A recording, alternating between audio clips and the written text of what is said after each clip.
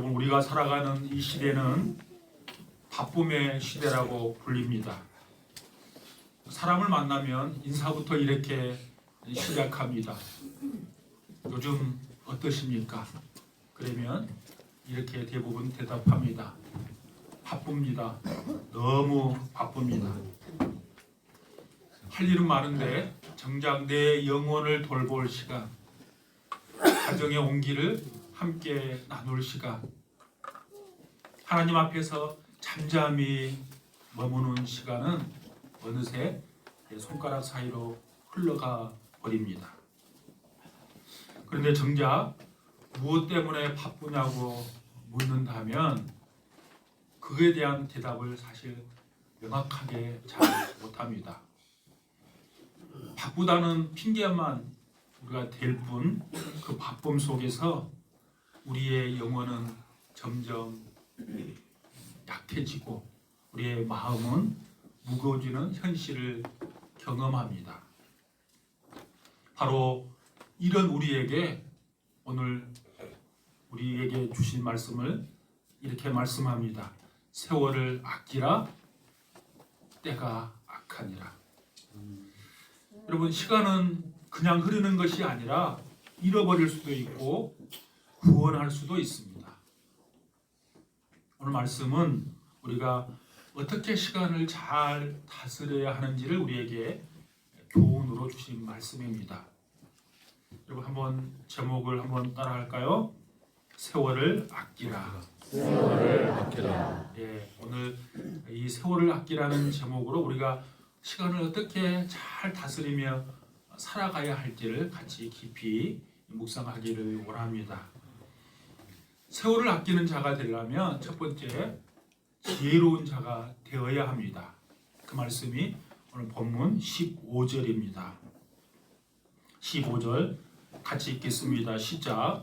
그런즉 너희가 어떻게 행할지를 자세히 주의하여 지혜 없는 자같이 하지 말고 오직 지혜 있는 자같이 하여. 아멘. 어떻게 행할지를 자세히 주의하여 살피라고 말씀합니다. 대충대충 하거나 아무렇게나 살아서는 안 되고 자세히 살피며 살아야 된다고 말씀합니다. 그런데 무엇에 대해서 그렇게 치밀함과 정확함과 철저함을 가지라고 말하는 것입니까? 지혜롭게 행하는 데 있어서 그렇게 하라는 말씀입니다. 여러분, 지혜로운 자가 되라. 그것은 단순히 지식이 많고 경험이 많은 사람을 말하는 것이 아닙니다. 성경에서 지혜란 하나님의 뜻을 이해하고 그 뜻에 맞게 선택하는 능력입니다. 세상은 말합니다. 내가 하고 싶은 대로 살아라. 너가 옳으니 너만 믿어라. 그러나 성경은 분명하게 말합니다. 너를 믿지 말고 하나님을 믿어라. 너의 뜻보다는 하나님의 뜻이 옳다. 여러분, 지혜로운 사람은 하나님의 관점으로 삶을 바라봅니다. 사람의 말보다 하나님의 음성에 귀를 기울입니다. 여러분, 사람들은 성공을 위해서 바쁘게 살아갑니다. 경쟁하고 비교하며 불안에 사로잡힙니다. 그런데 지혜로운 사람은 이렇게 말합니다. 하나님, 내가 서야 할 자리를 알려주십시오. 내 인생의 기준이 사람이나 세상이 아니라 하나님이십니다. 아멘. 어떤 목사님이 책에서 이렇게 말했습니다. 참으로 공감되는 말씀이었습니다. 지혜로운 사람은 미래를 준비한 사람이 아니라 하나님 마음에서 오늘을 올바로 사는 사람이다. 우리가 오늘을 올바로 산다면 우리의 미래는 하나님께서 책임져 주실 것입니다. 여러분, 그런데 지혜는 어디서 오는 겁니까?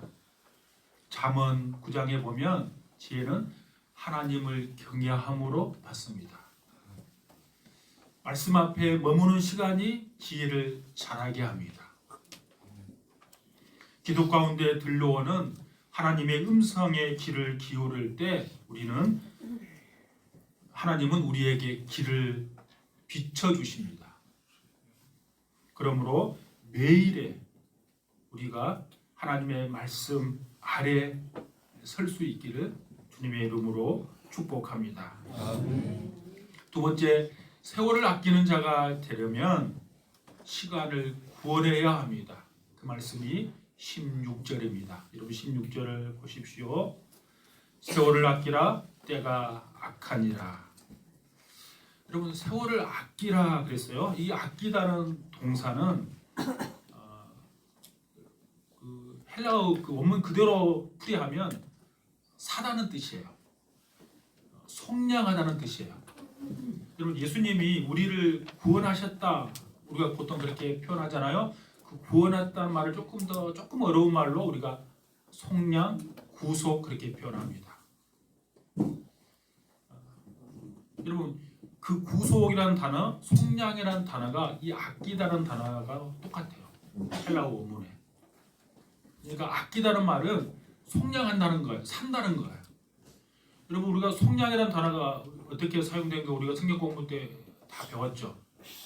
여러분 충분한 대가를 지불하고 사는 것이죠. 아끼다는 것도 똑같아요. 그런 뜻이에요.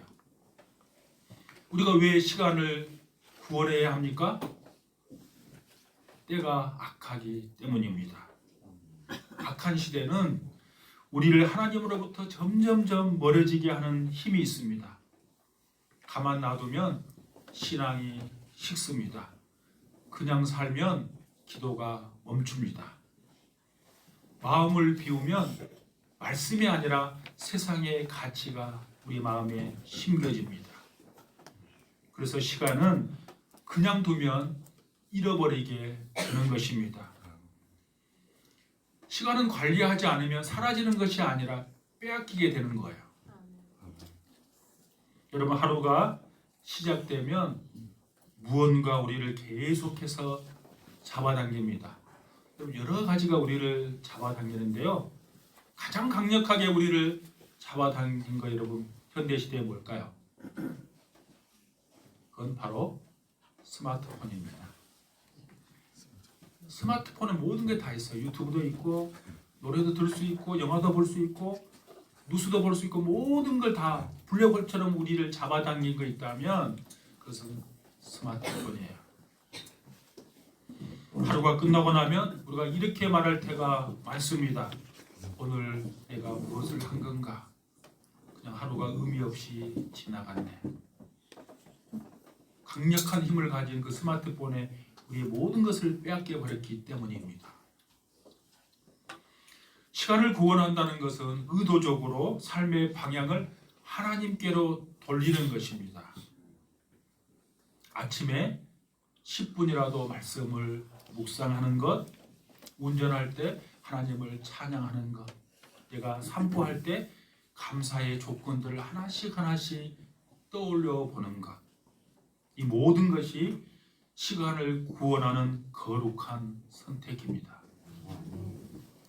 하나님은 우리가 하루의 일부분만을 드려도 그 시간을 통해 우리의 영혼 전체에 빛을 비추십니다. 여러분 하나님은 우리 모두에게 똑같은 24시간을 주셨어요. 그 재벌에게는 돈이 많으니까 30시간을 주고 노동자에게는 20시간을 주고 그렇지 않았어요. 오늘 요즘 보면 대한민국에서 제일 바쁜 사람이 대통령인 것 같아요. 대통령은 바쁘고 중요한 일을 하니까 30시간 주고 회사 은퇴하고 한가한 사람에게는 20시간만 주고 하나님 그러지 않아요. 24시간은 누구에게나 똑같이 주어졌습니다.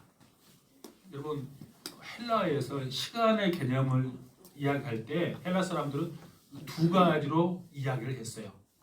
누구에게나 똑같이 주어지는 시간을 크로노스라 그랬어요. 근데 그 누구에게나 똑같이 주어지는 그 크로노스 그 시간을 나에게 의미 있는 시간으로 바꿔 바꾸는 것, 그것을 카이로스라 그럽니다.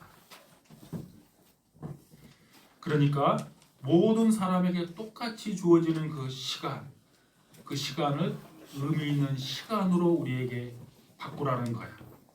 그것을 아끼라 그 말은 그 시간을 바꿔서 속량해서 구원해서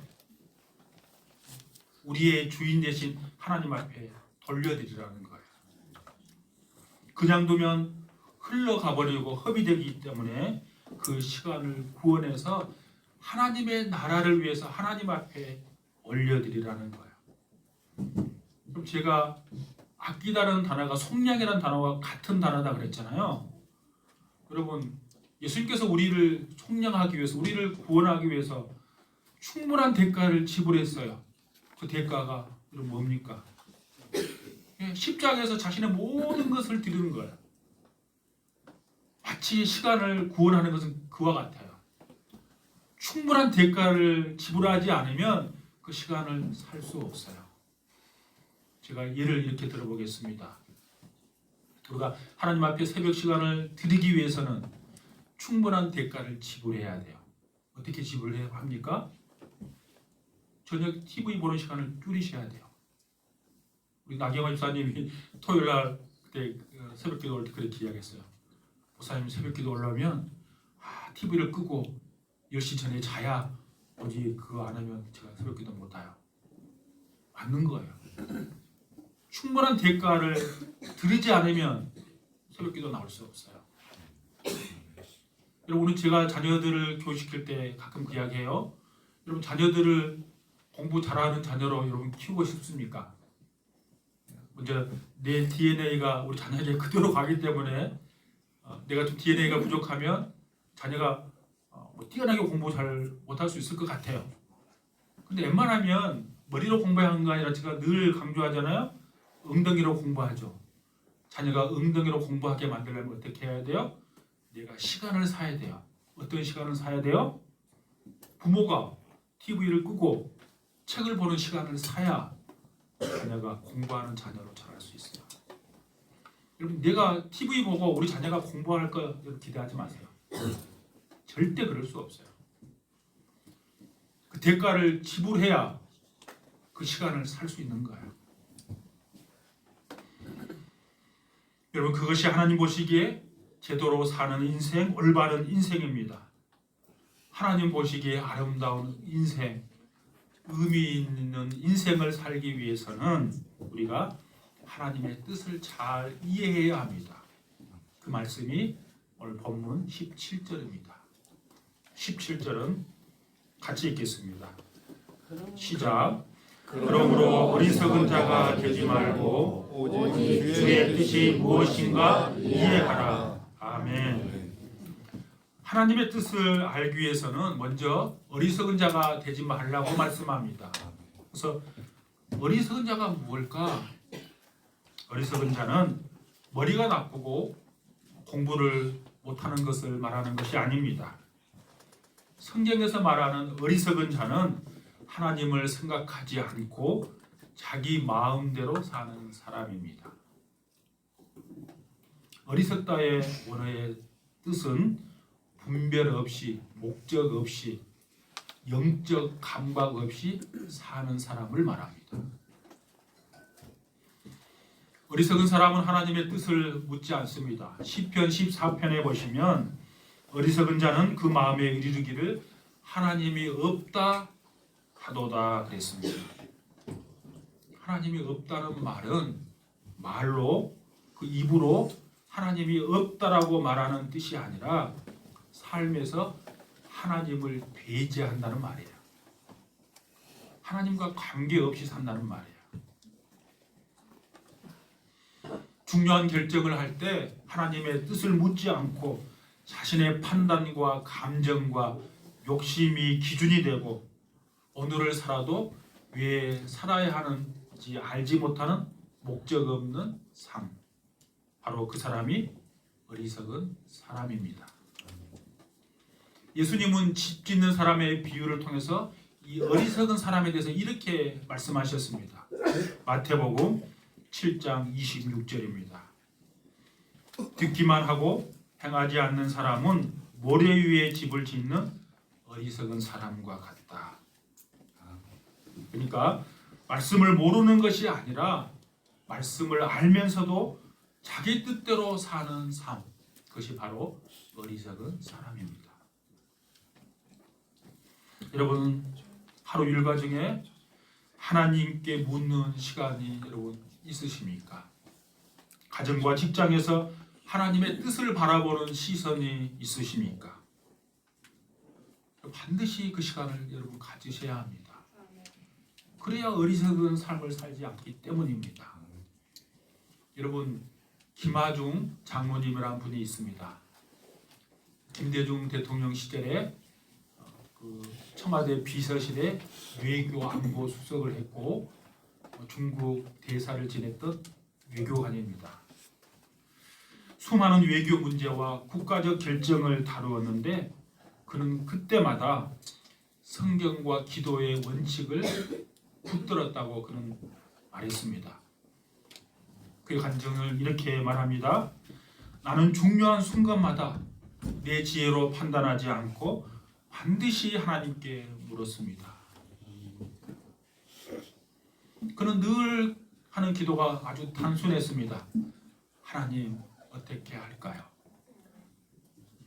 정확히 무엇을 해달라고 요구하지 않고 하나님, 제가 무엇을 하기를 원하십니까? 라고 물었던 것입니다.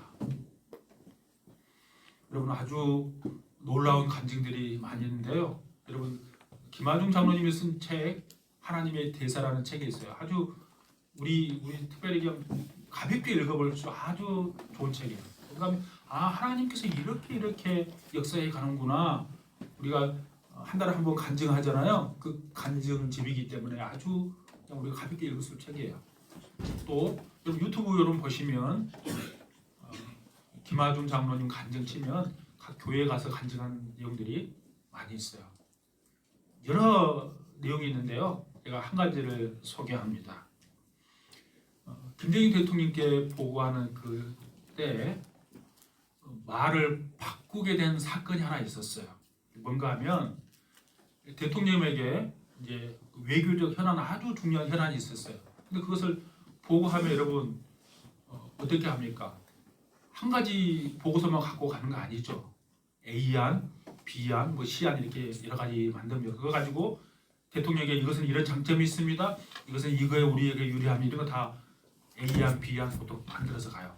그걸 만들었는데요. 자기가 속한 직원들하고 비서실 직원들하고 자기가 제일 리더니까 회의를 했는데 A안이 가장 논리적이고 합리적이고 가장 우리에게 이익이 된다고 결론을 내렸어요. 그리고 그 두 A안, B안을 미리 대통령에게 미리 보내드렸어요. 결정하려면 바로 가서 결정하는 거 아니에요. 대통령 한번 읽어봐야 되겠잖아요. 보내드리고 그 다음날 찾아가서 설명을 하는 거예요. 그러니까 김하중 장로님이 두 안을 가지고 집에 퇴근했어요. 저녁에 잘 때 기도했습니다. 하나님, 우리 직원들과 A안을 딱 결정을 했는데 이게 가장 합리적인 것 같고 논리적인 것 같습니다. 이걸 내일 가지고 대통령에게 보고하려고 합니다. 하나님 어떻습니까? 또 물은 거예요. 근데 마음의 감동이 A안이 아니고 B안이라는 거예요. 근데 마음이 불편했어요. 자기가 아무리 생각해봐도 모든 직원들이 다 A안이다 그랬는데 내 마음에 감동이 오는 것이 이게 잘못됐겠지 하고 그냥 잠들었어요. 그리고 그 다음 날이 됐어요. 이제 보고하려면 최소한 30분 전에 가서 기다리고 있어야 되잖아요. 그 30분에 기다린 시간에 또 하나님 앞에 기도했어요. 근데 어제 밤보다 더 강력하게 주는 감동이 있었어요. A가 아니고 B안이다. 그럼 이렇게 하면 여러분 어떻게 여러분 대통령에게 여러분 보고하시겠습니까? 김하중 장로님이 자기도 놀라운 보고를 했습니다. 대통령님 앞에서 이렇게 말했다고 합니다. 대통령님, A안이 아니라 B안이 더 옳은 것 같습니다. 그 순간 대통령이 곧바로 대답했습니다. 그렇지, 나도 어젯밤부터 깊이 생각했는데 논리적인 것은 A안이 맞는 것 같은데 B안이 더 마음이 가. 외교안보 수석이 그렇게 말한다면 나하고 같은 생각이네. B안으로 갑시다. 그래서 전혀 다른 결론을 내렸다는 거예요. 나중에 그 결론은 어떻게 났는지 여러분 설명 안 해도 여러분 아실 것입니다. 김하중 장로님이 결론으로 남긴 고백입니다. 하나님께 묻고 결정한다면 후회가 없습니다. 사람의 생각은 짧고 흔들리지만 하나님은 길을 알고 계십니다. 믿음의 사람은 먼저 묻는 사람입니다. 우리도 마찬가지입니다. 중요한 결정 앞에서 조급하게 판단하지 말고 하나님 앞에 물으셔야 합니다. 여러분, 바울은 단순히 어리석은 자가 되지 말라고만 한 게 아니라 분명하게 명확하게 말합니다. 17절 하반절 보십시오. 다시 하반절 보시면요. 오직 주의 뜻이 무엇인가 이해하라 이렇게 말씀합니다. 이해하라는 말은 단순히 아는 것이 아니라 삶에 적용하고 순종하는 것을 말합니다. 여러분, 하나님의 뜻은 이미 우리에게 말씀으로 주어졌습니다. 하나님의 뜻이 무엇일까요? 여러분, 여러 가지를 이야기할 수 있을 것 같아요. 우리를 향하신 하나님의 뜻, 성경에서 주신 말씀, 여러 가지 말씀을 주셨는데 그것을 요약하면 뭘까요? 사랑이에요. 하나님을 사랑하고 이웃을 사랑하는 거예요. 그것은 관계적이잖아요. 하나님을 향한 사랑과 이웃을 향한 사랑을 주셨고 나와에 대한 관계에서는 거룩을 주셨어요. 여러분, 하나님을 사랑하는 가장 좋은 방법이 뭡니까? 그 바로 예배예요.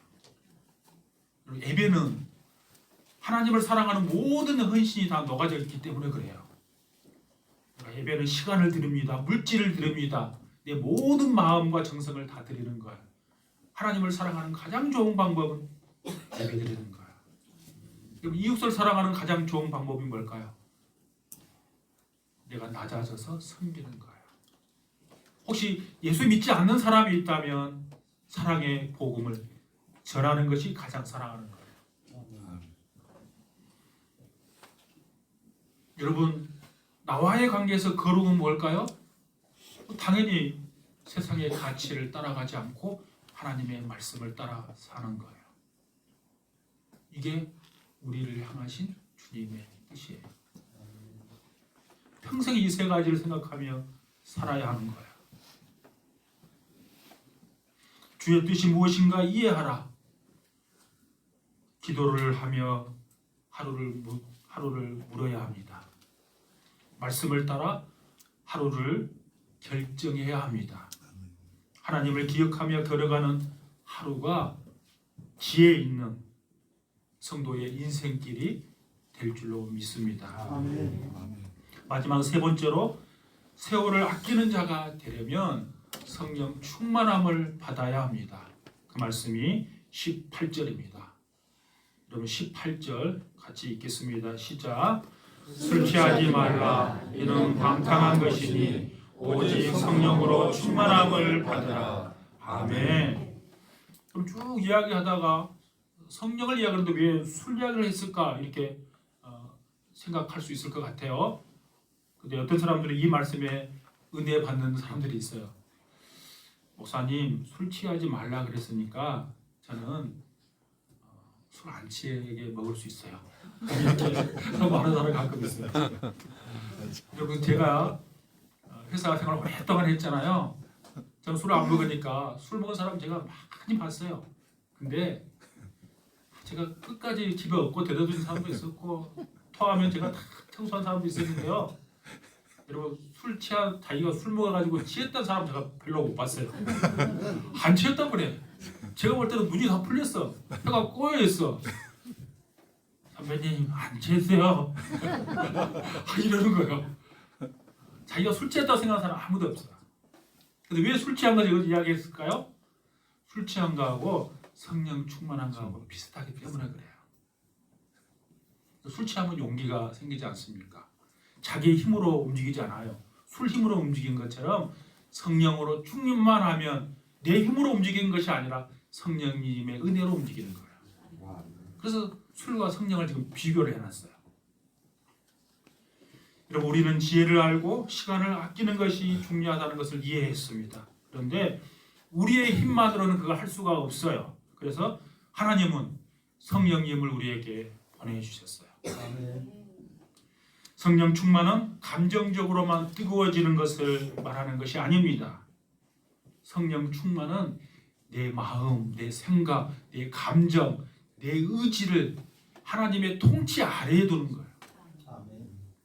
하나님께 나를 맡기는 거예요. 성령으로 충만하게 되면 하나님의 뜻을 이해하게 되고 그 뜻을 실천할 수 있는 능력도 받게 되는 거예요. 우리 인간은 하나님께서 알려주시고자 하는 일을 우리의 지식이나 우리의 경험으로 절대 알지 못해요. 아멘. 그런데 그런 한계를 극복하고 영적으로 깨닫게 해주시는 분이 있는데 바로 성령님이세요. 아멘. 예수님을 믿을 때 우리 모두는 성령님을 선물로 받았어요. 그리고 그 성령님이 영원히 우리와 함께 하시겠다고 약속해 주셨어요. 그래서 우리가 하나님의 뜻을 깨닫게 해주시는 것입니다. 하나님의 뜻은 우리의 심령 깊은 곳에서 이루어지는 성령님의 가르침으로 알 수가 있습니다. 여기서 충만을 받으라 그랬어요. 충만이란 받으라 그 동사, 그 계속적 동사예요. 그게 무슨 말인가 하면 성령 충만 한 번으로 끝나는 것이 아니라 계속적으로 성령 충만을 받고 그것을 유지하라는 말이에요. 근데 그 성령 충만을 계속 유지하는 방법 19절 이하의 4가지로 우리에게 말씀해 주고 있어요. 첫 번째, 성령 충만을 받고 계속 유지하는 방법 19절에 보시면 시와 찬송과 신령한 노래들로 서로 화답해야 한다는 것입니다. 이게 무슨 말인가 하면 성도는 서로 사귐과 교제가 있어야 된다는 거예요. 그 안에서 서로 세워주는 일들을 말합니다. 그리고 바로 이것이 교회가 필요한 이유가 아니겠습니까? 여러분, 혼자서도 예배할 수 있지만 같이 하라는 것입니다. 우리가 함께 모여 있을 때 성령 충만을 받을 수 있다는 거예요. 그럼 제가 어렸을 때 시골에 자랐는데요. 옛날 시골에는 가곡이 다 불댔죠. 저는 초등학교 4학년 때까지 시골에 자랐는데 그 겨울 되면 땔감을 구하러 가요. 산으로 이제. 여러분 그 제가 사는 지역은 그 끌텅이라 그러는데 여기서 뭐라 그러죠? 그 나무 뿌리 끌텅 하나 캐오면 아주 열 효율이 좋아요. 그거 해보면 불이 오래타거든요. 근데 장작도도 패죠. 장작 패가지고 장작을 다 이제 하면 불이 잘 타요. 생각해 보세요. 장작을 다 이리 겹치고 다 했는데 하나를 딱 빼가지고 밖에 놓으면 불 금방 꺼지고 그래요. 마찬가지예요. 성령 충만도 내 혼자 있으면 성령 충만이 안 된다는 거예요. 함께 모여서 예배드리고 기도할 때 성령 충만을 받을 수 있는 거예요. 두 번째 19절에 보니까 성령 충만을 받고 유지하는 방법 마음으로 주님께 노래하며 찬송해야 합니다. 여러분 하나님을 하나님으로 인정하는 것 그것이 바로 찬양이에요. 여러분 나는 없고 하나님만 높이는 거예요. 찬양할 때 우리가 성령 충만함을 받을 수 있어요. 세 번째 성령 충만함을 받고 유지하는 방법 20절에 보니까 감사하는 마음을 가져야 하는 거예요. 여러분 감사가 곧 믿음이고 예배입니다. 감사하는 사람이 믿음이 좋은 사람입니다. 감사가 없으면 우리의 영혼이 죽어버립니다. 영혼이 죽어버린다 어떻게 성령 충만을 받을 수 있겠습니까? 마지막 네 번째는 성령 충만을 받고 지속적으로 유지하려면 21절에 보니까 서로 복종해야 합니다. 곧 서로 사랑하고 섬기라는 말입니다. 이어서 다음 주에 이제 부부가 어떻게 서로 복종하고 사랑할지를 다음 주에 볼 거예요. 계속 이어서 나옵니다. 여러분 사랑은 서로 복종하는 거예요. 복종은 동등한 입장이지만 상대편 밑으로 내가 자원해서 들어가서 섬겨주는 것을 말하는 거예요. 근데 여러분 그 앞에 보시면 그리스도를 경외함으로 그랬죠. 복종하는데 그냥 복종하는 것이 아니라 그리스도를 경외함으로 복종하는 거예요. 경외라는 단어가 뭡니까? 두려움인데 거룩한 두려움이잖아요. 하나님에 대한 거룩한 두려움이 있는 거예요. 폭군이 나를 때리는 것의 두려움이 아니고 사랑의 하나님에 대한 내가 거룩한 두려움을 갖는 거예요. 그 하나님을 늘 의식하고 살아가는데 성령 충만함을 유지하는 게 되는 거죠. 이렇게 우리가 성령 충만함을 받을 때 우리는 주님의 뜻을 깨닫게 되고 그럴 때 어리석은 자가 아니라 지혜로운 자가 되어 세월을 아끼며 하나님이 원하시는 그 일을 할 줄로 믿습니다. 아멘. 여러분 결론입니다. 시간은 하나님께서 우리에게 주신 생명의 그릇입니다. 어떻게 시간을 쓰느냐가 곧 어떻게 살아가고 있는지를 보여줍니다. 오늘 하나님은 우리에게 이렇게 말씀하십니다. 지혜로운 자가 되라. 시간을 구원해라. 성령 충만함을 받으라. 하루는 아무렇게나 흘러가지만 하루가 쌓여서 그 사람의 인생이 됩니다. 오늘 이 예배가 흘러가는 그냥 단 하루의 시간이 아니라 우리의 시간을 다시 주님께 올려드리는 결단의 순간이 되기를 바랍니다. 여러분 오늘 지금 이 순간이 중요합니다. 오늘 말씀을 붙잡고 주님 앞에 다시 마음을 드리는 저와 여러분 다 될 수 있기를 주님의 이름으로 축복합니다.